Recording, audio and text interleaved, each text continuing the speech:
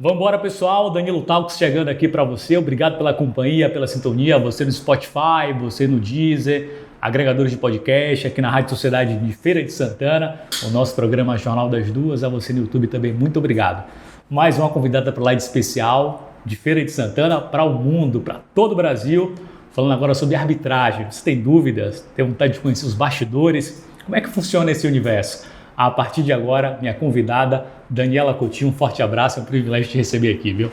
Oi, Danilo, a satisfação é toda minha, um prazer enorme ter esse bate-papo com você aqui agora. Vamos esclarecer um pouco sobre arbitragem, falar um pouco desse mundo e mostrar o quanto é fantástico poder estar vivendo essa modalidade que é a arbitragem. Bom, de início, como é que se deu essa escolha? Não, para arbitragem de fato. Eu costumo dizer que a arbitragem ela me escolheu, né? Desde que meu pai é um ex-árbitro, né? E eu tenho fotos lá, registros lá em casa, de eu indo para campo, ele atuar, eu no colo da minha mãe, né? Então, eu não me recordo quando eu não tive o desejo de ser árbitra. Eu acho que por volta dos meus 6, 7 anos eu já falava lá em casa que eu queria apitar jogo e nem tinha consciência do que era muito bem. E tenho lá em casa também fotos com 10, 11 anos fantasiada em desfile da primavera, fantasiada de árbitro. Então, assim, uma coisa que eu fui escolhida e hoje eu faço com muito amor. Então, minha referência maior é o meu pai, né, que foi através dele que eu conheci esse mundo da arbitragem. E desde então, é uma carreira que eu iniciei aqui em Feira de Santana aos 17 anos. Hoje, aos meus 39 anos, se a gente for fazer conta, ainda mais de 22 anos.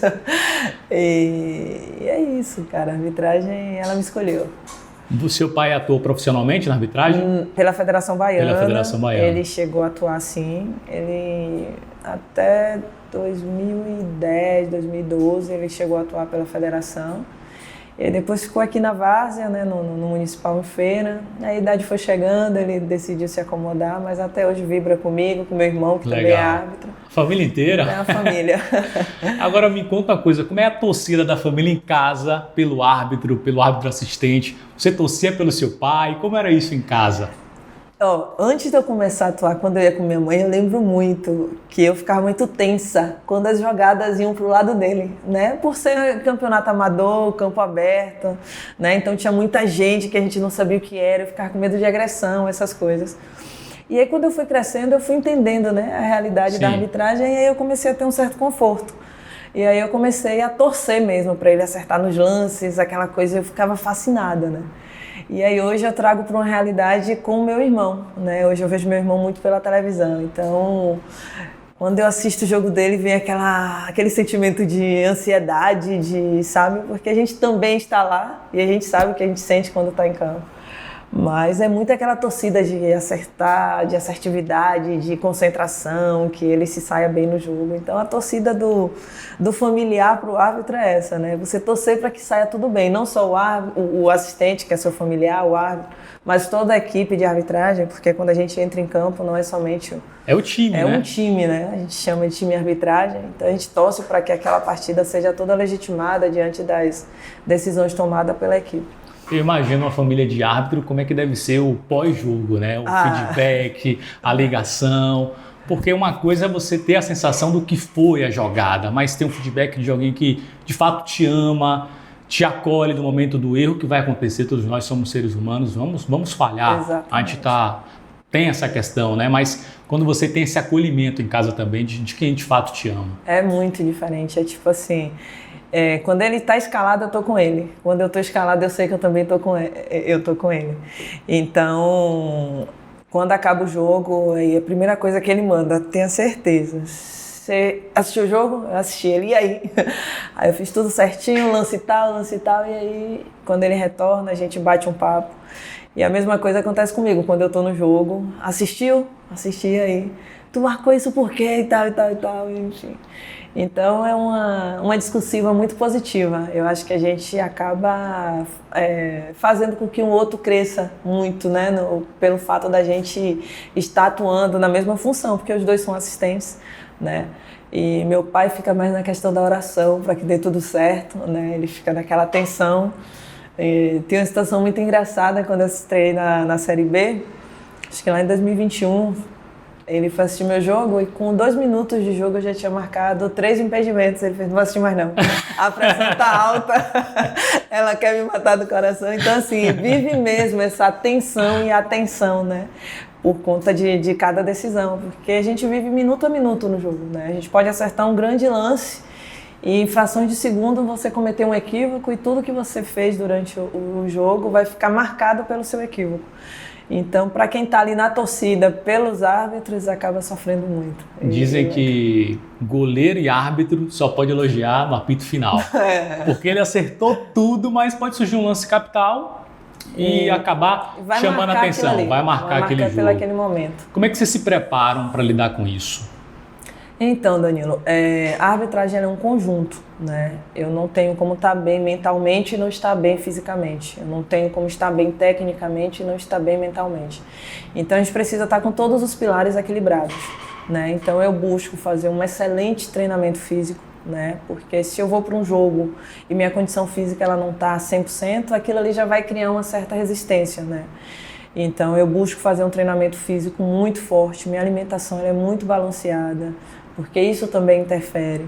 Meu pilar mental ele é muito fortalecido, eu busco nos momentos que eu não estou atuando, fazer com que tudo que eu faça durante o dia seja voltado para um principal para mim, que hoje é a arbitragem. Então, se eu vejo que algo vai prejudicar em algo que eu venha fazer para um jogo, eu já não faço.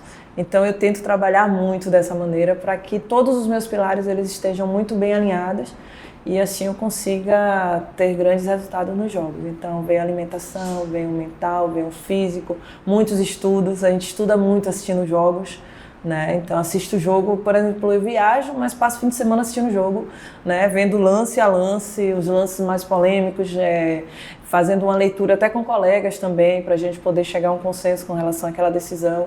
Enfim, eu te digo que hoje 90% da minha vida é voltado para a arbitragem, os outros 10% eu tento fazer alguma coisa para mim. E como é que funciona o dia a dia do árbitro, do assistente e do time, na verdade? Como é essa preparação? Vocês têm uma rotina de acordar em um horário específico, tem uma atuação? Porque no Brasil ainda não temos arbitragem totalmente profissionalizada. Evidentemente que vocês se cuidam e atuam de maneira profissional, mas como é que funciona esse dia a dia da preparação, do cuidado, pré, durante e pós-jogo? Então, a nossa escala, ela geralmente sai de 3 a 4 dias antes do jogo, né? Como é um final de semana, na maioria das vezes, as rodadas iniciais do campeonato, elas estão sendo no final de semana. Então, entre quarta e quinta-feira, essa escala sai. Saindo da escala, a gente já cria um grupo, já mantém um contato com toda a equipe, né? E a partir dali a gente faz a dinâmica da partida. Com relação à preparação física, eu hoje tenho um treinador, né? E esse treinador, ele faz meu treinamento baseado nos jogos. Se eu tiver jogo, eu tenho um treinamento específico. Se eu não tiver o jogo, meu treinamento é outro, né? Então hoje eu tenho um acompanhamento de um preparador físico, eu tenho um acompanhamento de um fisioterapeuta, eu tenho um acompanhamento de um nutricionista. Então, a gente precisa estar com tudo muito alinhado, porque, tipo, se eu tenho um jogo no sábado, meu treino ele vai até a quinta-feira de uma forma mais intensa, a sexta-feira é mais um regenerativo para estar pronta para o jogo, né? Se eu não tenho jogo no final de semana, meu treinamento é intenso a semana toda para um jogo meio de semana. Então, é tudo muito balanceado. A gente, enquanto árbitro, nós somos atletas, né? E se a gente não tem esse cadenciamento, a gente acaba tendo um overtraining e essa preparação, ela faz com que se em uma partida a gente tenha uma lesão, a gente consiga ter uma recuperação melhor, porque como você falou, a gente não é profissional ainda, então nós recebemos por jogo, então a gente tem que atuar bem, sair bem no jogo para poder assim garantir uma próxima escala. Porque existe a meritocracia, né? Hoje a arbitragem ela é baseada nos erros e nos acertos, falo com relação à escala. Então a gente precisa estar muito bem equiparado com relação a isso para a gente poder ter um retorno com relação às escalas, os acertos, os equívocos, passar direto. Recentemente teve um episódio, durante o jogo você sentiu uma lesão, como é que foi isso?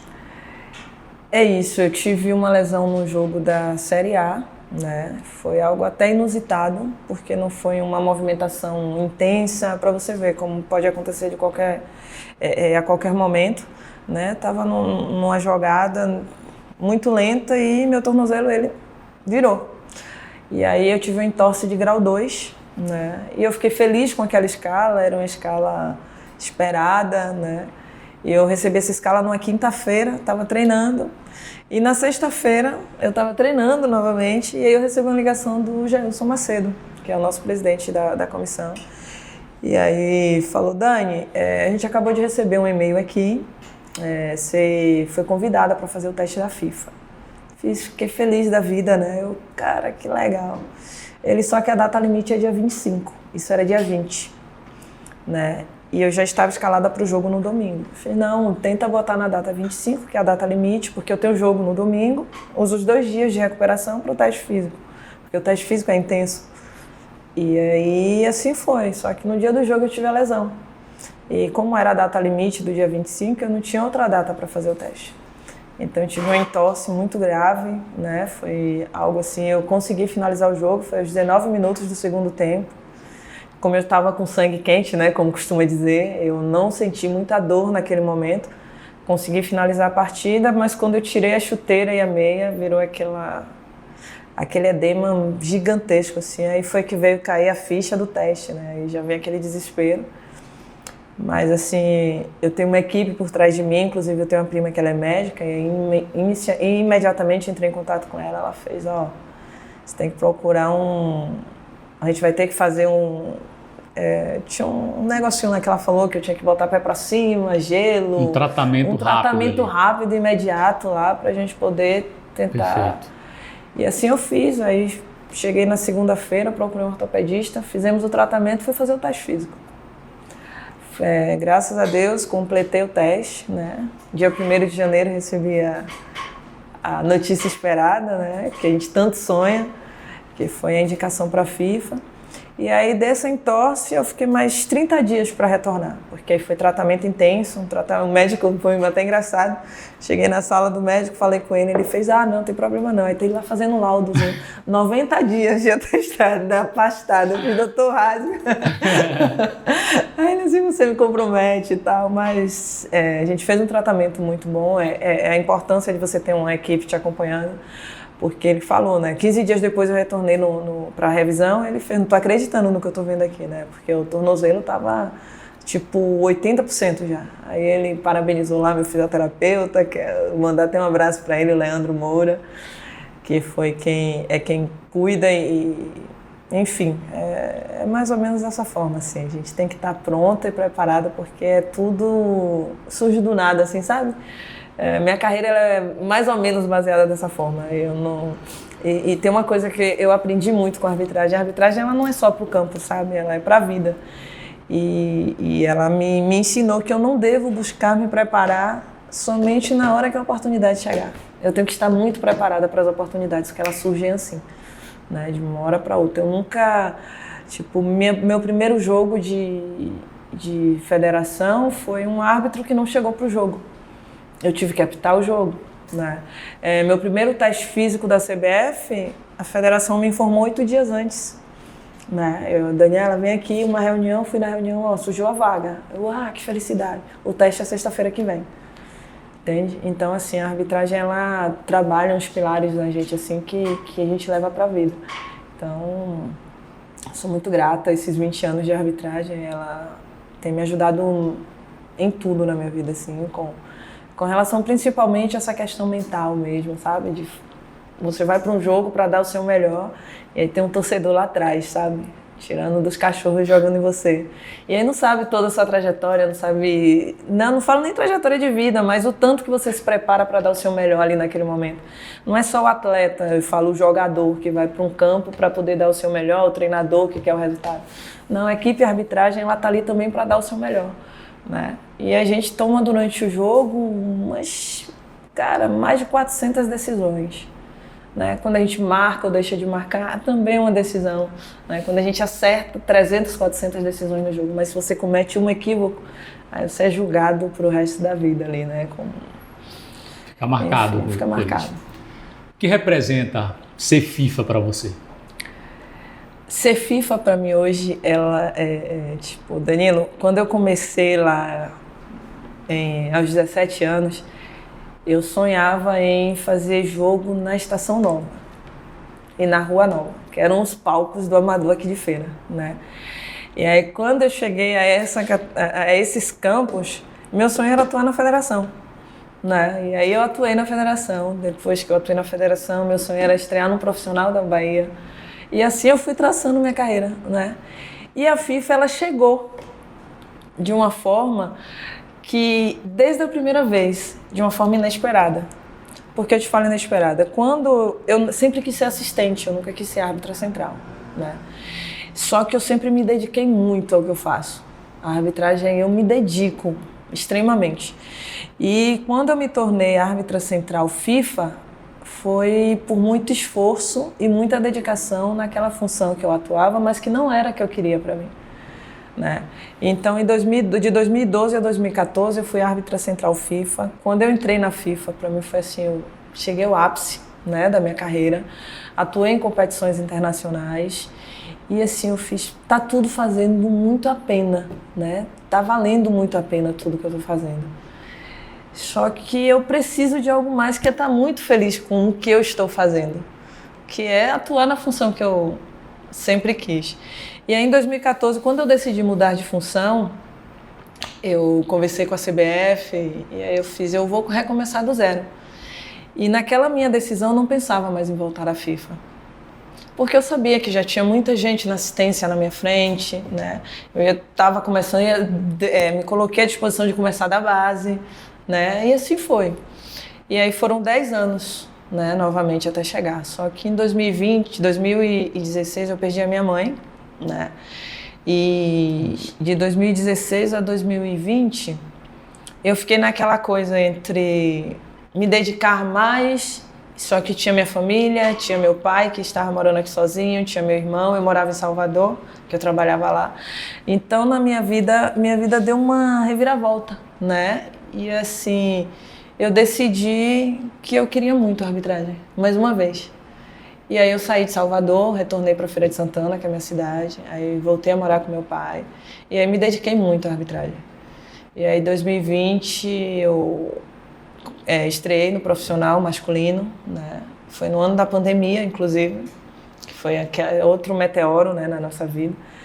E aí desde então eu comecei a dedicar muito, mas nunca sonhando com a FIFA, sonhando com minha assistência, atuar em grandes jogos e fazer o meu melhor em cada jogo.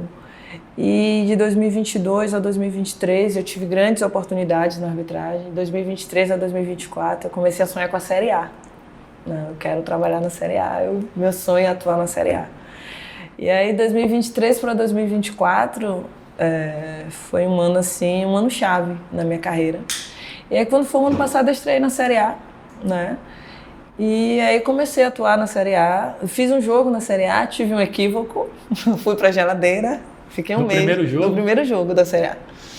Mas juntou ansiedade com tensão, com muita coisa. E estreia, né? E foi um lance muito bobo, assim, não foi nada... E assim, e eu sou muito de respeitar tudo, né? Não tento atropelar nada. Eu fiz, porque tinha que ser daquela forma. Acredito muito nos propósitos de Deus para minha vida. Antes de qualquer coisa é Ele, né? E se eu cometi o equívoco ali é porque nos meus jogos eu costumo dizer, Senhor, que a minha vontade coincida com a sua, né? Então a vontade dele naquele dia era que eu cometesse aquele equívoco. E graças a Deus eu cometi aquele equívoco, Danilo. Porque quando eu cometi o equívoco, eu fui buscar um motivo daquele equívoco, né? E a partir daquilo ali a chave virou mais uma vez para mim. E aí, cara, depois dali foi só glória, sabe? Legal. Eu mantive a minha geladeira, como a gente costuma dizer. Amadurecer no processo. Amadurecer dentro do processo, ao invés de me lamentar, né? Porque na maioria das vezes, por que eu fiz isso e tal? Não costumo fazer isso. E aí, dentro daquele processo ali, eu me dediquei mais, busquei mais. E aí, depois que eu retornei, eu peguei uma sequência de jogos muito boa, né? Ao ponto de ser indicada para a FIFA, né? E aí, respondendo a tua pergunta, como é chegar à FIFA? Cara, hoje em dia eu sou uma representatividade para as mulheres, sabe? Eu olho muito esse lado, assim, de você inspirar outras mulheres a chegar aonde elas quiserem chegar, né? Entender que, por mais distante que seja, você olha um escudo da FIFA, né, pequenininha ali morando aqui em Feira. FIFA é para os caras lá de São Paulo, Rio de Janeiro, a gente pensa logo no Sul, né? Feira de Santana, campeonato amador, cara, né, é aquela coisa assim da gente não desistir mesmo, sabe? E fazer a nossa parte. Então, assim, hoje eu me vejo como uma inspiração para muitas mulheres, assim como outras tantas foram inspiração para mim, né? Que foi através de outras mulheres que eu olhava na TV quando eu era menina, que eu fazia, cara, tem uma mulher bandeirando, sabe? Eu posso chegar a bandeirar como ela.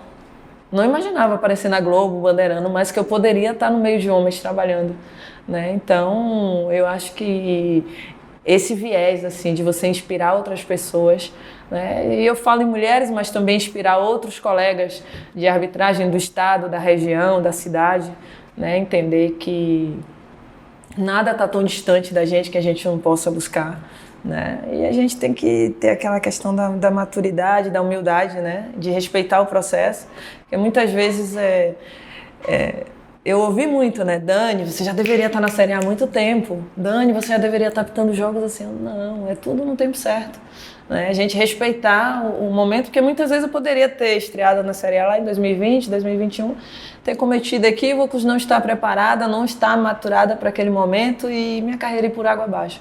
Então eu acredito muito que o processo é válido, sabe? Sensacional. Dani, Arena Corinthians, Arena Grêmio ou Estação Nova? Onde tem mais pressão? Estação Nova. Estação Nova era bem pior. É no ouvido, no pertinho. Assim, ó, um metro de você, assim, ó. Você é louca já. Estação Nova, Rua Nova, Copa de Bairro. Nossa. Cara, aquilo ali me preparou pra vida.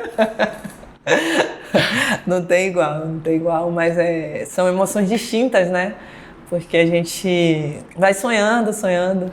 Arena Grêmio era um sonho distante, assim, sabe aquela coisa que você... Que nada, nunca. E aí, o ano passado, minha última rodada foi na Arena Grêmio. Grêmio e Corinthians. Grêmio, jogo enorme, hein? Jogo grande. Enorme, jogo grande. Jogo grande. Então, assim, tenho tido grandes oportunidades, assim, Danilo, mas eu tenho certeza que são os planos de Deus, sabe? Amém. Nada... Não é o que eu quero, é o que Deus designou para mim. E aí, de acordo com o que Ele vai me colocando, eu vou aproveitando, desfrutando e honrando, né? Se você pudesse escolher um jogo e um campeonato para trabalhar, dá para pensar isso? Já imaginou? Tem Sim. esse sonho específico? Deixa eu te falar, eu realizei esse sonho. É no meu estado, na Bahia, no Bavi. Era o meu sonho de vida, assim, se você me perguntasse. Tanto que eu tinha certeza de estrear na Série A antes de fazer um Bavi. Nossa. Porque eu acho o Bavi o espetáculo do Brasil, assim, sabe? É um jogo que... Eu sou apaixonada pelo meu estado, sou apaixonada pela minha federação, sabe?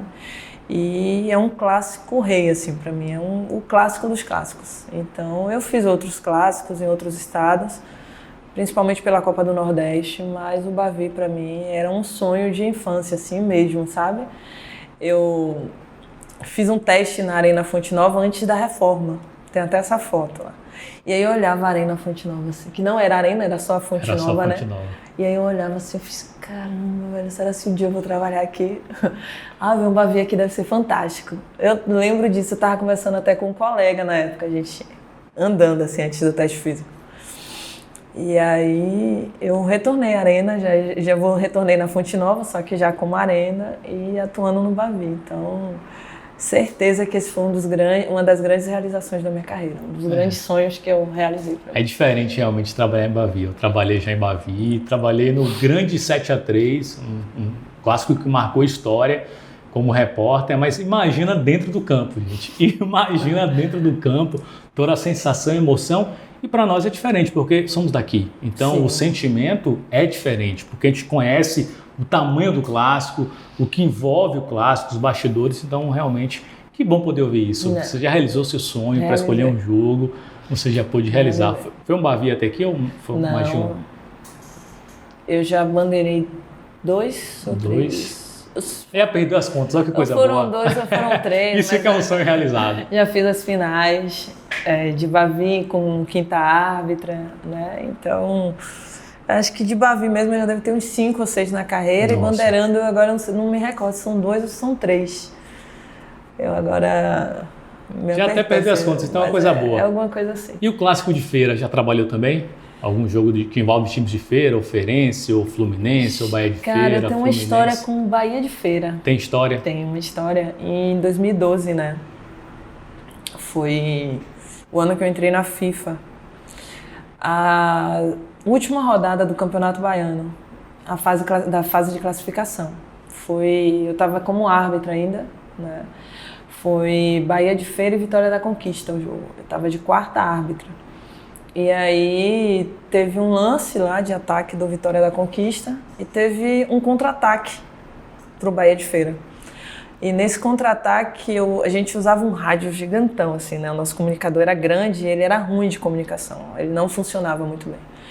E aí quando eu olhei assim, a gente faz a leitura do jogo, né? Eu vejo o árbitro vindo, só que a jogada foi lançada. Eu olhei, ele não vai chegar. E aí eu fui andando em direção à linha à grande área, né?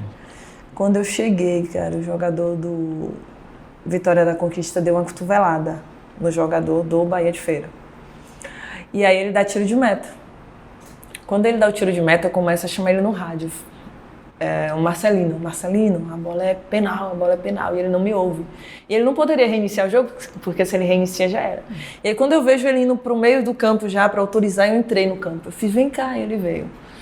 Aí ele, o que foi? Eu fiz, cara, essa bola é pênalti e pode expulsar o zagueiro. Aí ele chega, parou assim na minha frente, aí eu fiz, o cara era zagueiro, o jogador era zagueiro, ele foi pro ataque, né, pra tirar ele de tempo. Aí ele, qual foi o jogador? Quando eu busquei ele na zaga, ele já não tava mais, aí eu fiz aquele lá. Aí ele foi lá, buscou o jogador, expulsou o jogador e deu pênalti. Só que até então, pra mim, tava tudo bem, né.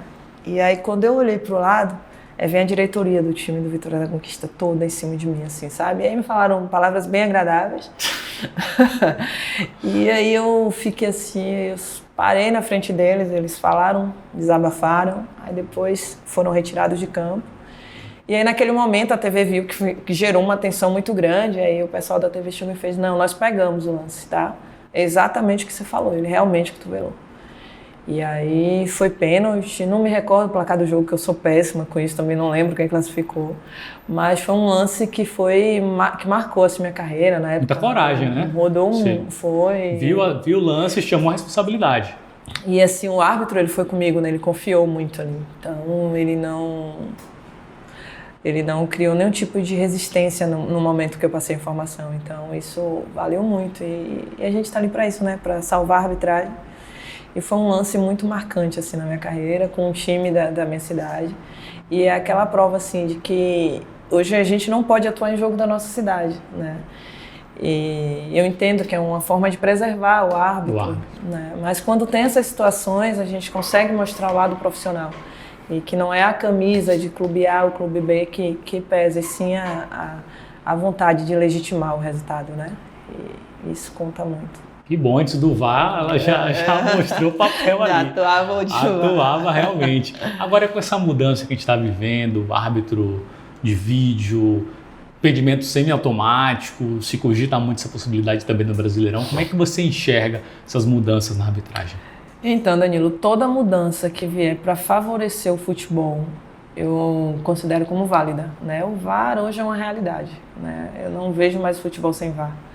Nossos primeiros jogos aqui do estadual é sem VAR. E a gente entende a necessidade do VAR, porque a gente não consegue ver tudo, por mais que a gente queira ver tudo, né? A gente não consegue. E aí, ali durante o jogo, a gente estabelece prioridades, né?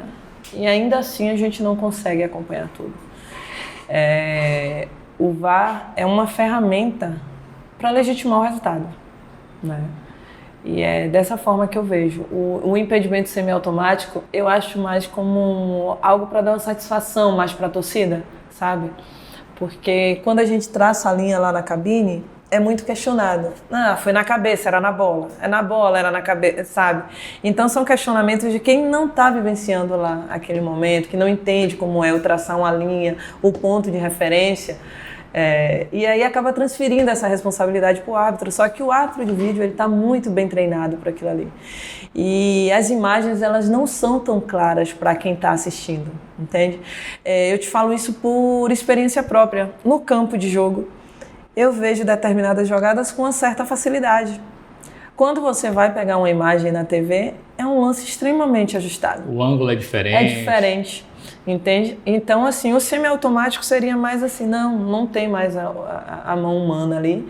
É o computador quem está operando, que vai chegar ao ponto A e o ponto B, vai chegar aqui XY e chegar a um resultado, né? Mas aí isso vai libertar um pouco o árbitro dessa responsabilidade. Não estou dizendo em eximar a responsabilidade, sim, mas é porque se questiona tanto. A gente teve agora, rodada passada mesmo, um lance do jogador atrás da linha da bola, né? E aí foi muito questionado, porque o ângulo não favorece para quem está vendo, mas para o VAR lá na imagem dele é muito claro, né? Então o jogador está atrás da linha da bola e tem uma bola como referência. Você pega ali a referência como bola, isso foi muito questionado. Então, se você tem o semiautomático ali, imediatamente ninguém vai mais questionar, né, a legitimidade daquela posição, da linha, enfim. Então, eu sou muito a favor. Tudo que for para legitimar o resultado, eu assino embaixo, sabe? Porque o árbitro, a gente só quer sair de lá com a sensação do dever cumprido, né? A gente comemora muito quando o jogo sai zeradinho, a gente costuma dizer, né? Saiu zeradinho. E o zeradinho que a gente se refere é a gente ter conseguido eliminar qualquer vestígio, né, de equívoco. Então isso conta muito. Dani, gostei muito, viu? Demorou para sair, mas saiu esse bate-papo. Parabéns pelo teu trabalho, tua trajetória. Sei que você influencia várias pessoas com tua história. Que de fato, né, mais pessoas possam ter interesse pela arbitragem, possam ter interesse inclusive pela tua história de vida, a tua história profissional, que certamente influencia, vai seguir influenciando vários árbitros, várias pessoas têm um desejo também, a paixão de carregar esse legado. Ô Danilo, muito obrigada. Como você falou, né? Muito tempo tentando, as escalas não coincidiam, mas que bom que viemos num momento bom, né? Tudo no tempo de Deus. Tudo no tempo que Deus reserva para nós, né? Acho que essa entrevista hoje ela vai ter algum fundamento na vida de alguém, com certeza, né? E assim, tenho certeza que a satisfação é minha. É sempre muito bom ter esse bate-papo com vocês. Estarei à disposição sempre que as escalas permitirem. Tá bom? E sucesso aí nessa trajetória. Obrigado. Também, que você mantenha esse jornalismo. É um jornalismo limpo, né? Em todas as áreas que você participa, então com o esporte não seria diferente. E o que você precisar, tuas ordens. Um abraço, até a próxima. Com Deus. Até.